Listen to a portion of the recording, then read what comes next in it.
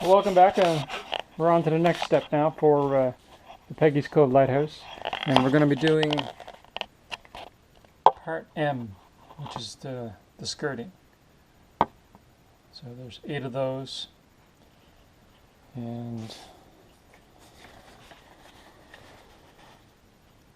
each 1/2 inch thick by 5 by 19 and 7/8.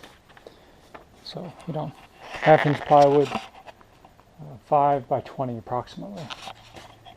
So, if we go to our layout diagrams, you can see that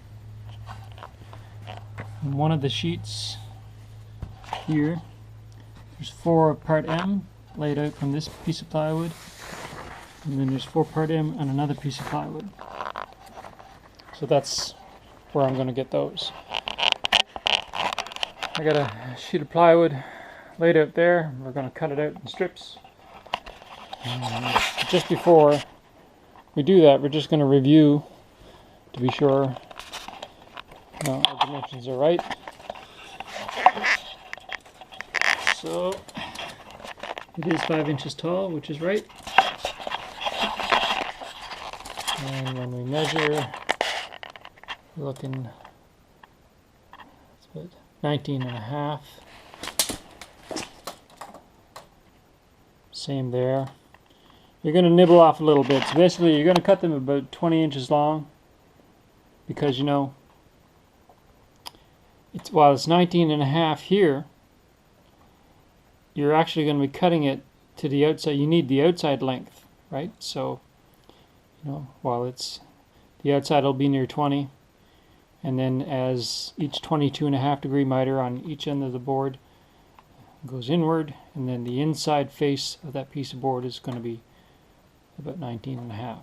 So you're going to do rough cuts basically of 1/2 inch thick plywood, 5 inches wide, 20 inches long. You could go even a little longer than that. Actually, what I think I might do, since part N on the plywood there's nothing else needed beyond here, I might just cut, that's 5 and 10. You need 1/8 of an inch for a curve cut. So, I might go 10 1/4 inches this way and rip it right down. And then take the boards, put them on my table saw, cut a 5 inch strip, cut a 5 inch strip, nice and accurate. And then I'll start on the first one. Cut a 22.5 miter on that first one, and maybe just go right to the base of the lighthouse. It's going to be near the same, but not everybody who builds this is going to, it's going to be accurate. Even I've made some mistakes. So you're going to lay your board against that. You got your 22.5 miter there. Just going to come over, you're going to pencil it, and then you're going to cut it, and then that piece gets fit on, and you move on to the next one. So that's what we're going to do. That's the plan. Okay, so I've trimmed them up on the table saw. They're all 5 inches wide. Each one has 2 pieces. So what I've done on the table saw, the miter saw, I started out, I did a miter, and then went to the other end and did a miter, and then I brought it. It's all cut here now, but I'll explain that in a second. What I did, see how it meets there, and I trimmed off some excess. Now back over here, I did the same thing with the second one. Made them long, because what I was looking for was this. This is what I'm after. It's a piece of scrap, but now I'm going to explain what that scrap is going to be used for. We're going to go over here.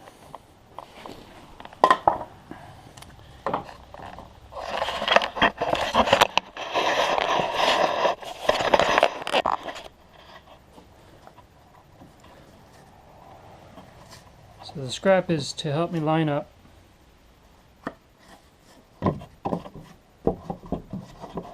the starting point.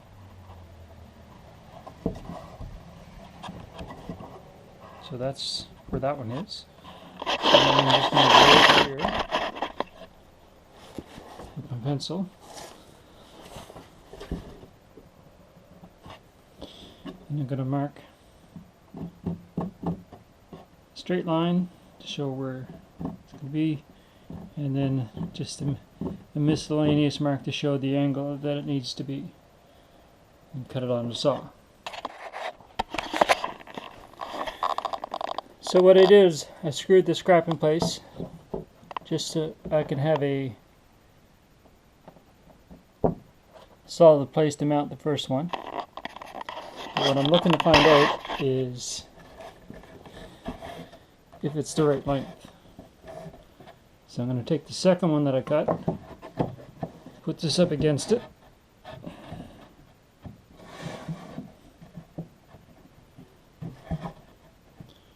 and that's the right length. So I'm going to screw this one in place.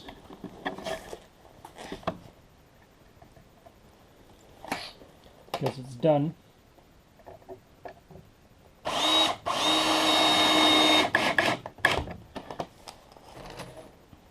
And then move on to the next one and repeat the same process. So we're almost done adding part M around. I got most of them done. And actually I had them all on, but I took one off because I want to show you a mistake that I made when I cut out QA and QB. In hindsight, it might have been better to take that piece of plywood from which these two pieces came, cut that plywood right in half so it was 4 feet by 4 feet, sandwich them together, screw them together if you had to keep them nice and snug, and then laid out the octagon shape, or it doesn't matter, either one or the other, and then cut them both out at the same time. So that cut them both out at the same time, and then like magic marker on the edge on both, so that the two edges, you'll mate them up when you put it together like this, so that the exact shape of QB is the exact shape of QA. Now in my case, when I built this, I cut them independently, and your mistakes get compounded, of course, the more angles you're dealing with. And so I got a situation here where, you know, I can cover it up, but I don't mind admitting to mistakes that I made. And here's what happens. So on the top here, all of them lined up, but because this octagon isn't the same as this octagon, you can see it doesn't line up down there. And if you go to the other side, you can see it doesn't line up there either. It does on the top, but not on the bottom. So this error occurs on this side and on this side, and somewhat on this side, but it seems to disappear as I went around that bend. All the other sides matched up really, really good. So there was a mistake made there, and so as a result, you know, I'm just going to put this on here, like so.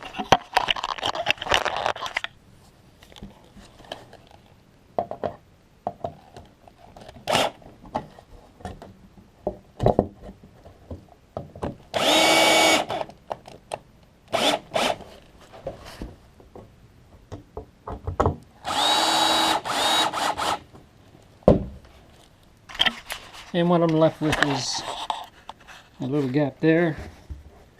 If I was to screw that in place, you can see what's going to happen there. If I screw that one in place, that's what's going to happen there. So what's going to happen is I'm going to take this off again. I'm going to shim it in behind and get these two to come up somewhat flush. And the same for that joint. And then that'll be taken care of. But I just wanted to point out that, you know, when you get into complex joinery like that, mistakes can occur when you don't have exact shapes one on top of the other. But fixable, but, you know, things you can run into.